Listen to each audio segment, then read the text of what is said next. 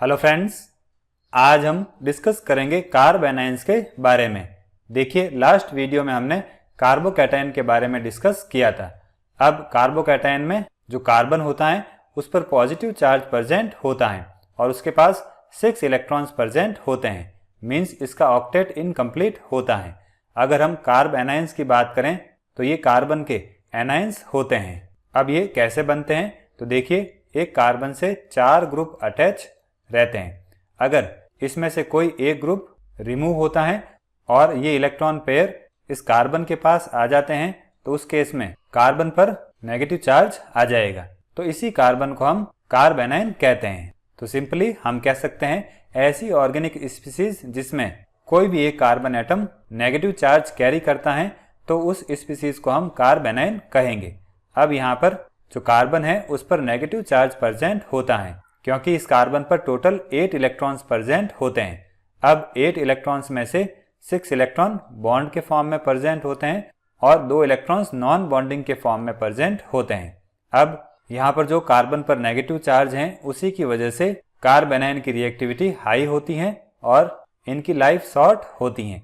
फिर बात करते हैं इनके क्लासिफिकेशन की। देखिए, अगर हम एल्काइल कार्ब एनायंस की बात करें तो उनको 3 कैटेगरी में डिवाइड किया गया है, प्राइमरी, सेकेंडरी और टर्सरी। अब ये एनायनिक कार्बन की टाइप पर डिपेंड करता है। अगर एनायनिक कार्बन प्राइमरी है तो कार्ब एनायन प्राइमरी होगा, अगर एनायनिक कार्बन सेकेंडरी है तो कार्ब एनायन सेकेंडरी होगा। इसी तरह से अगर एनायनिक कार्बन टर्सरी है तो कार्ब एनायन टर्सरी होगा। अब मिथाइल कार्ब एनायन की बात करें तो ये एक स्पेशल केस होता है क्योंकि इसमें सिर्फ एक ही कार्बन एटम प्रेजेंट होता है। ये हो गया मिथाइल कार्ब एनायन, ये हो गया इथाइल कार्ब एनायन या प्राइमरी, ये हो गया आइसोप्रोपाइल कार्ब एनायन या सेकेंडरी और ये हो गया टर्सरी ब्यूटाइल कार्ब एनायन या टर्सरी। फिर बात करते हैं इनके स्ट्रक्चर की। देखिए, अगर हम नेचर और सोर्स की बात करें तो इसके बेसिस पर जो कार्ब एनायन है वो 2 तरह की जियोमेट्री शो करता है। फर्स्ट हो जाएगी पिरामिडल और सेकेंड हो जाएगी प्लेनर। पहले बात करते हैं पिरामिडल स्ट्रक्चर की। देखिए, ये जनरली एल्काइल कार्ब एनायंस की ज्योमेट्री होती हैं।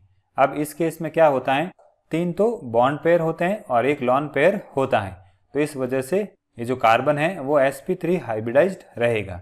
अब इस sp3 ऑर्बिटल में अनसेड इलेक्ट्रॉन पेयर प्रेजेंट होते हैं, इस वजह से इसकी जो ज्योमेट्री है वो टेट्राहेड्रल नहीं होकर पिरामिडल होती हैं। देखिए, अगर हम इसकी ज्योमेट्री की बात करें तो ये अमोनिया और अमाइंस के सिमिलर होती हैं क्योंकि अमोनिया और एल्काइल कार्ब एनायंस में same number of electrons present होते हैं। तो हम कह सकते हैं जो एल्काइल कार्ब एनायंस हैं और जो अमोनिया और अमाइंस हैं वो आइसो इलेक्ट्रॉनिक होते हैं। फिर बात करते हैं प्लेनर ज्योमेट्री की। देखिए, ये geometry generally resonance stabilise carbanions में होती हैं, मीन्स ऐसे कार्ब एनायंस जिनमें रेजोनेंस होता है। अब इस केस में क्या होता है, जो unsaid pair of electron containing orbital हैं वो नेबरिंग मल्टीपल बॉन्ड के पाई ऑर्बिटल्स के साथ ओवरलैप कर देता है और इसी वजह से जो रेजोनेंस स्टेबलाइज कार्ब एनायंस हैं वो प्लेनर होते हैं। देखिए, अगर हम रेजोनेंस की बात करते हैं तो उसके लिए प्लेनरिटी एसेंशियल होती है, इसी वजह से ये प्लेनर जियोमेट्री शो करता है।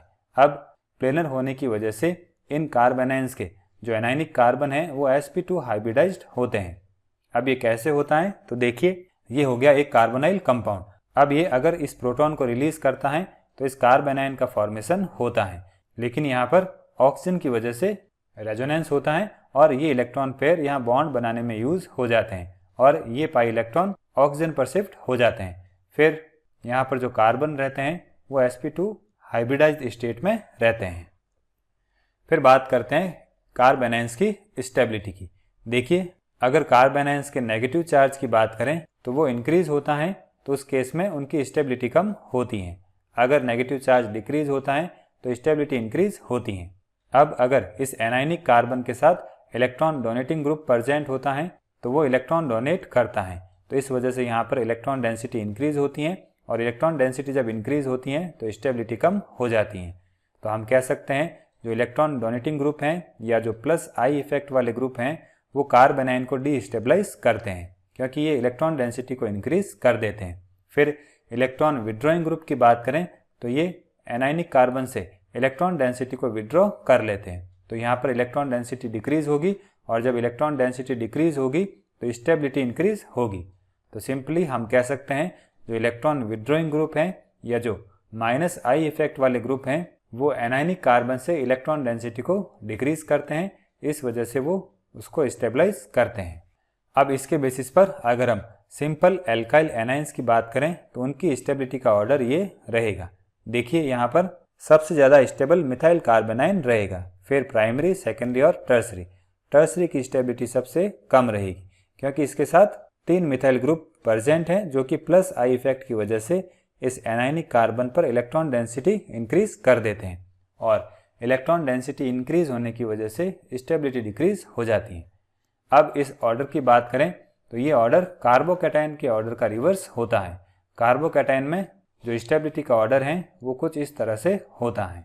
फिर बात करें रेजोनेंस की, तो अगर रेजोनेंस इंक्रीज होता है तो उस केस में कार्बोनाइन की स्टेबिलिटी इंक्रीज होती है क्योंकि जो नेगेटिव चार्ज है वो डिस्पर्स हो जाता है।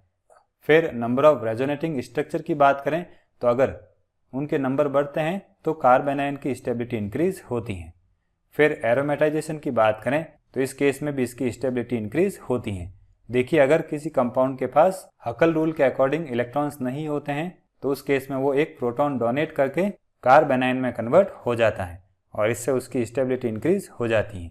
फिर बात करें कार्बोनाइनिक सेंटर के S कैरेक्टर की, तो अगर ये इंक्रीज होते हैं तो स्टेबिलिटी भी इंक्रीज होती है। देखिए यहाँ हमने 3 एग्जाम्पल लिए हैं। इस कार्बन का हाइब्रिडाइजेशन sp है, इसका sp2 है और इसका sp3 है। अब जैसा कि हम जानते हैं सबसे ज़्यादा S कैरेक्टर sp में होता है और जब S कैरेक्टर इंक्रीज होता है तो इलेक्ट्रॉन नेगेटिविटी भी इंक्रीज होती है।